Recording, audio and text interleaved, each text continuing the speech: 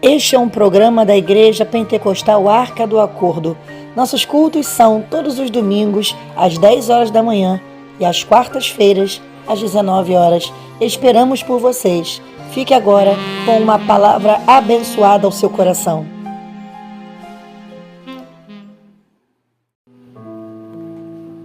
A graça e a paz de nosso Senhor e Salvador Jesus Cristo.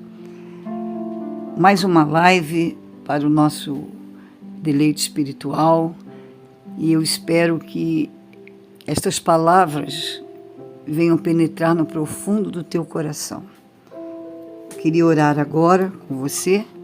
Peço que você, se você estiver dirigindo, pare o que está fazendo, talvez no seu lar, e vamos fazer uma breve oração.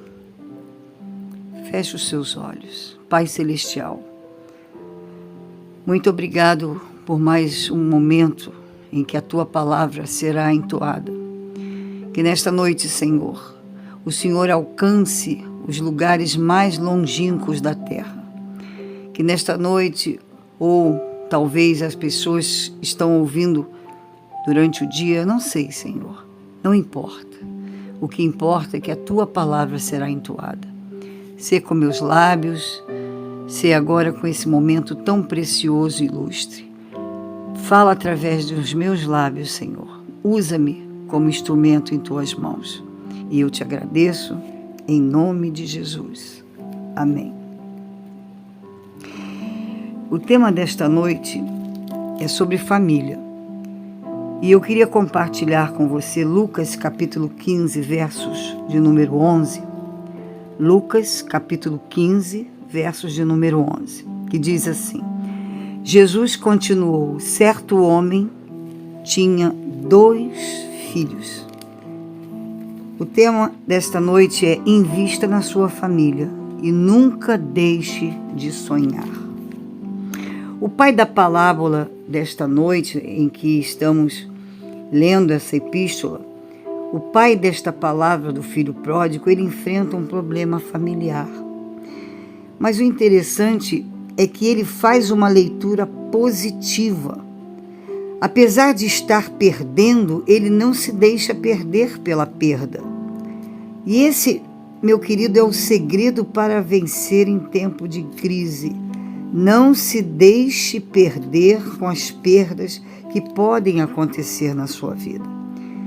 Ele não desiste dos seus projetos, mesmo sabendo que ele estava numa perda. Ele não desiste, ele não diz, não valeu a pena gerar 2 filhos, porque este homem tinha 2 filhos.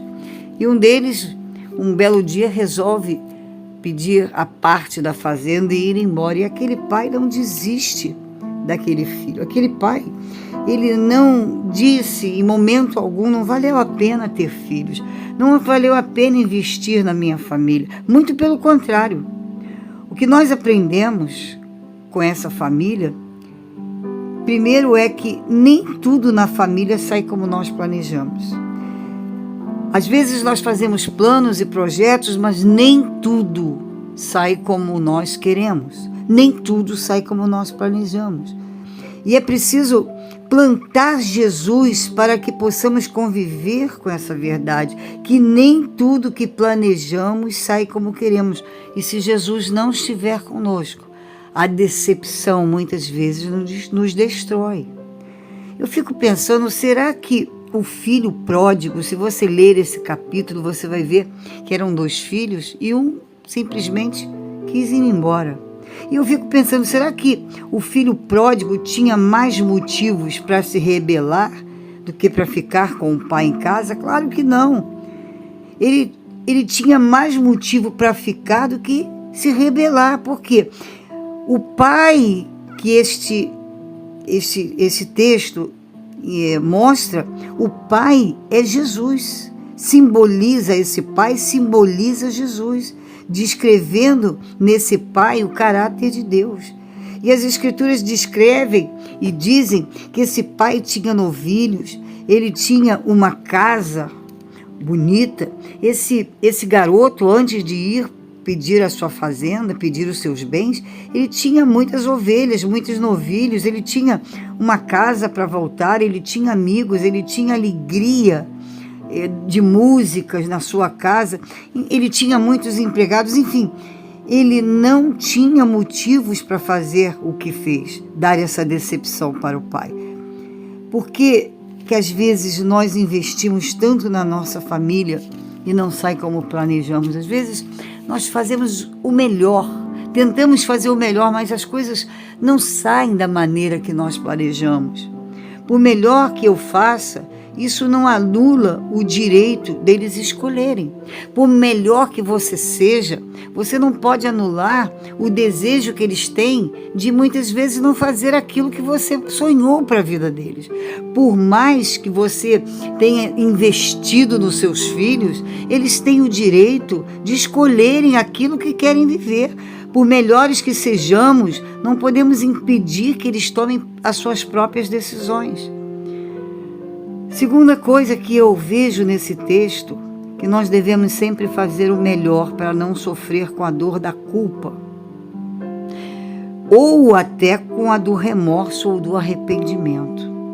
Se você não fizer o melhor, você corre o risco de sofrer com a dor da culpa, com a dor do remorso, com a dor do arrependimento. Por que eu não fiz o melhor? Embora os seus filhos não mereçam, mas procure sempre fazer o melhor. Embora a sua família não mereça, procure sempre fazer o melhor. Esse pai podia ficar sem dormir pela dor da saudade, pela dor da separação, pela dor da perda, mas esse pai, ele nunca se deixou cair em depressão, ele nunca se deixou martirizar pela dor da culpa. Esse pai, ele nos dá um grande ensinamento. Ele não deixa a culpa tomar conta, porque, amados, quando as coisas na nossa família não correm como queremos, a primeira coisa que fazemos é nos culpar por aquilo. Mas esse pai nos ensina porque ele não deixa essa culpa entrar no coração dele, entrar na vida dele. Ele não cai em profunda depressão, ele não fica se martirizando pela dor da culpa de não ter feito. Talvez se eu fizesse, talvez se eu ensinasse. Amado, os nossos filhos escolhem os destinos deles e às vezes é totalmente contrário daquilo que sonhamos. Na realidade, aquele filho pródigo estava sendo ingrato, estava saindo, estava indo embora a revelia, mas o pai nunca olhou para ele com desprezo. O pai nunca usou palavras como muitas vezes eu escuto algumas pessoas dizer: olha, se voltar, a porta está fechada para você. A porta que você saiu, você não entra mais. Amado, não faça isso. Não faça isso. Talvez você esteja preocupado nesta noite com um filho, com um problema familiar que sucedeu no teu lar, com a tua família, mas nunca use essas palavras, há palavras que cerram o destino daquela pessoa. Por exemplo, com ele nunca mais, genro e nora, com ele nunca mais, pai e filho, eu não aceito você de volta. Se essa porta se fechar, é a porta que você nunca mais vai entrar. Sabe que porta é essa que você está fechando? É a porta da reconciliação.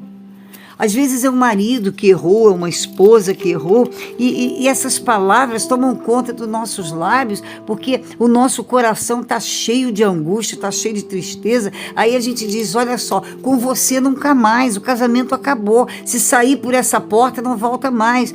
Ou para um filho que foi ingrato: olha só, essa porta que você passa hoje, você não pode voltar mais. E quando nós fazemos isso, nós fechamos a porta da reconciliação. Por quê?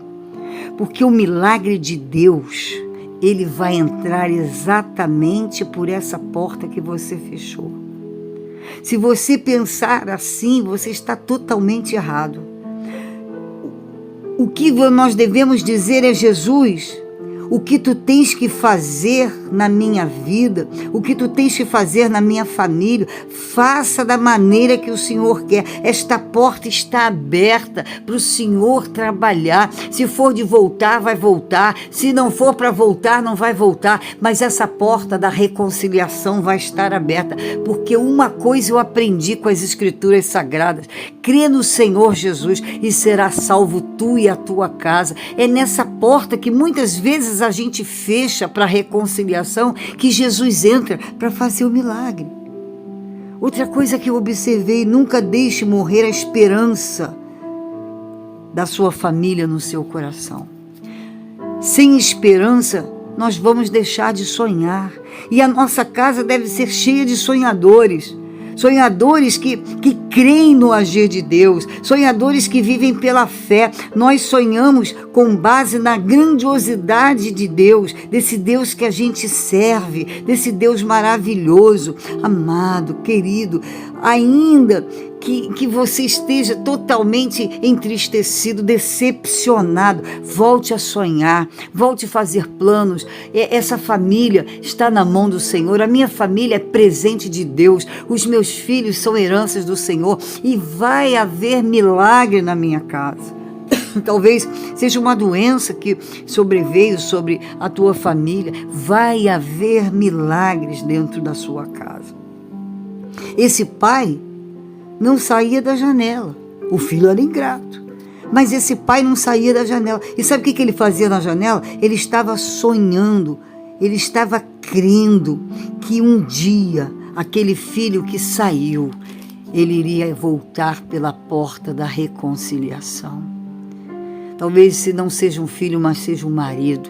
Aquele marido que saiu, ele vai voltar pela porta da reconciliação. Aquela esposa que saiu, ela vai voltar pela porta da reconciliação. E aquele pai investe no sonho. Ele compra vestiduras reais, ele compra um anel novo, ele cevou o bezerro. E você pode me perguntar assim, mas por que ele fez tudo isso? Porque ele tinha um objetivo. Ele alimentava assim o seu sonho. O meu filho vai voltar. Quem sabe você esteja passando uma luta com o filho rebelde, talvez nas drogas, talvez fazendo coisas que você nunca esperou passar. Mas se você começar a sonhar pela tua fé, você diz, o meu sonho vai ser realizado. Eu creio que o meu filho, eu creio que a minha filha, eu creio que o meu esposo, eu sei que o meu Redentor vive e vai mudar a minha história. Troca a cama do casal, troca tudo dentro de casa, mas volta a sonhar. Você vai dizer assim, esta cama que meu esposo saiu e dormia, ele vai voltar e dormir aqui. Compra lençóis novos. Esse filho que pediu para ir embora, ele vai voltar, compra coisas novas para que ele veja que você o ama, mesmo com os seus erros. Não perca a tua esperança. Comece a celebrar a festa da celebração da tua vitória. Se você desiste, se você deixa de sonhar, você perde a razão de existir. Se você deixa de sonhar, você perde a razão de viver. Meu querido, por pior que seja o teu momento, diz Jesus, eu vou continuar sonhando. Jesus, eu vou continuar crendo. Só os que sonham se preparam para o dia da festa da vitória.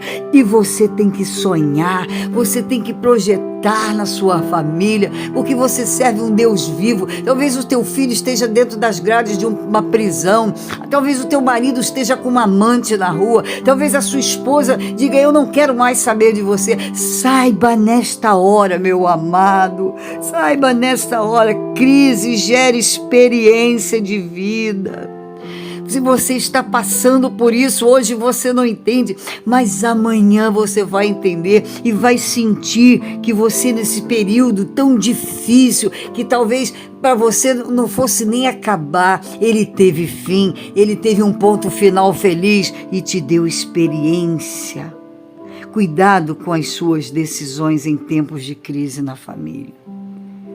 Se você decidir errado, seu lugar vai ser que nem aquele filho pródigo.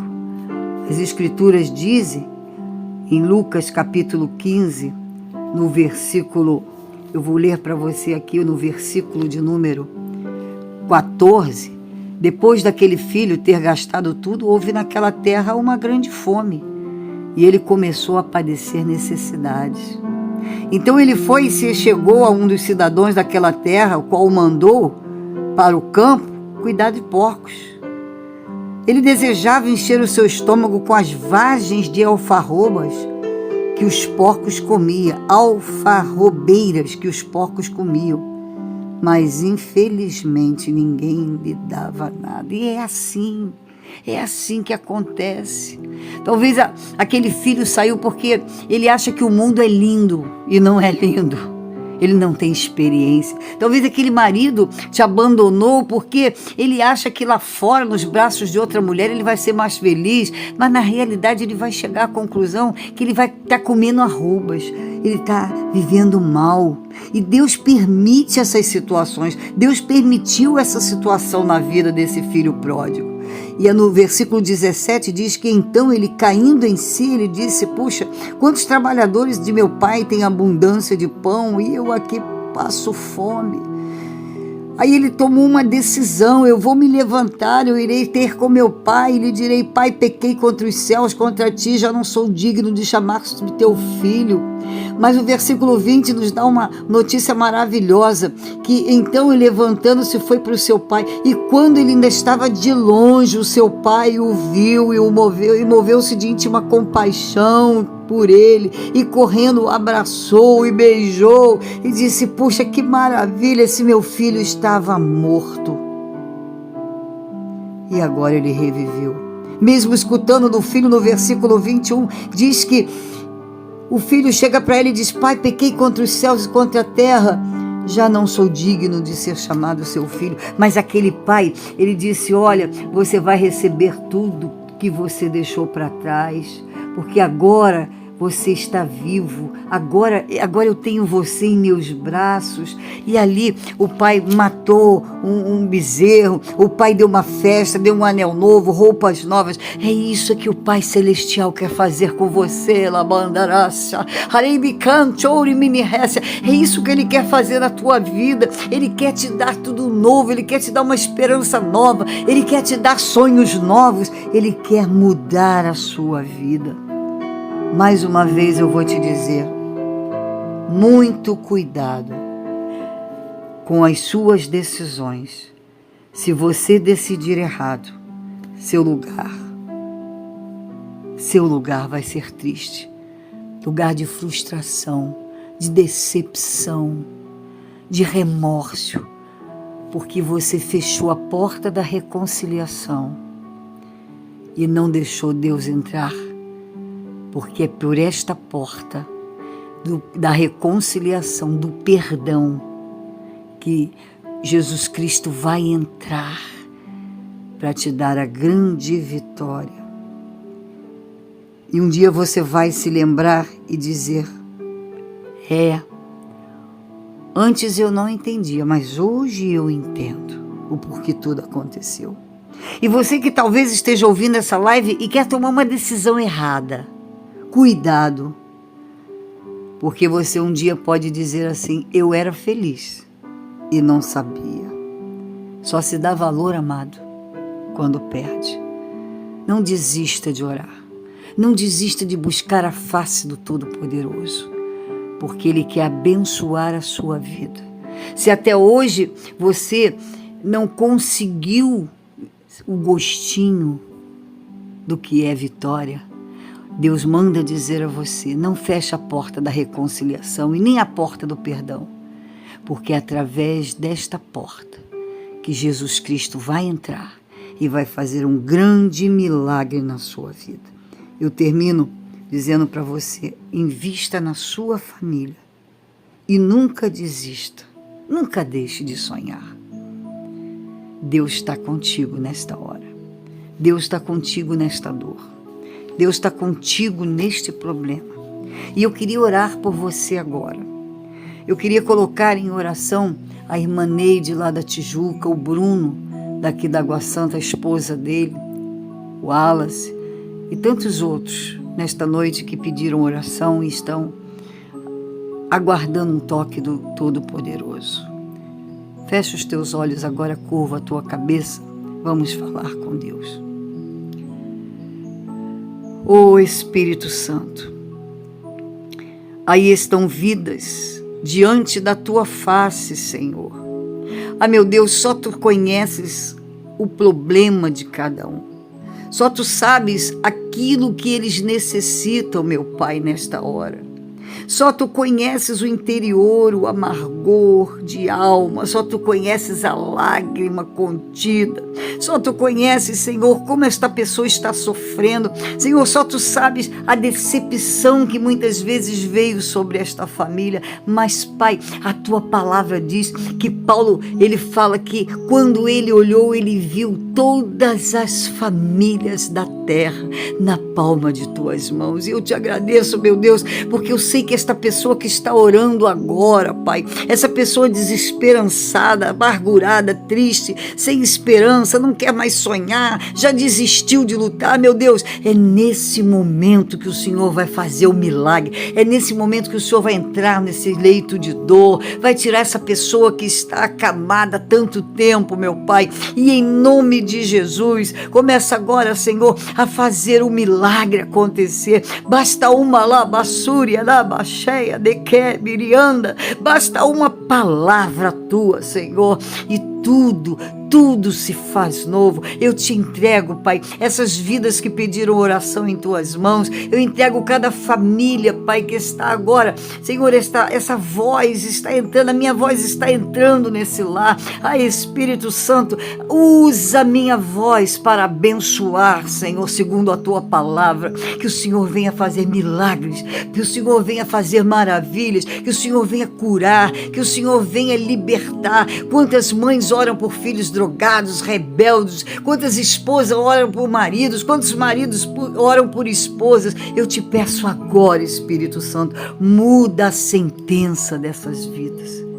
E eu entrego cada uma em tuas mãos, em nome do Pai, do Filho e do Espírito Santo. E você que está orando comigo, diga amém e amém, Jesus. Oh, glória! Eu gostaria de te fazer um convite. A nossa igreja fica situada na Rua Paraná, 420, Loja A, em Água Santa. E os nossos cultos, eles são realizados às quartas-feiras, um culto poderoso de oração, e aos domingos, às 9 horas com a escola bíblica dominical e às 10 horas o nosso culto de adoração ao Senhor Jesus Cristo. Venha estar conosco, venha unir-se à família da fé. Nós teremos o maior prazer em te convidar, eu tenho o maior prazer em te abraçar, principalmente se você disser assim: eu escuto as lives. O nosso teleoração é 977 662211, 977 662211. Ligue, deixe no WhatsApp o pedido de oração e eu estarei orando por você, estarei levando para a igreja. Temos um grupo de oração poderoso e o Senhor vai atender o seu pedido. Eu fico muito feliz se você fizer uma visita.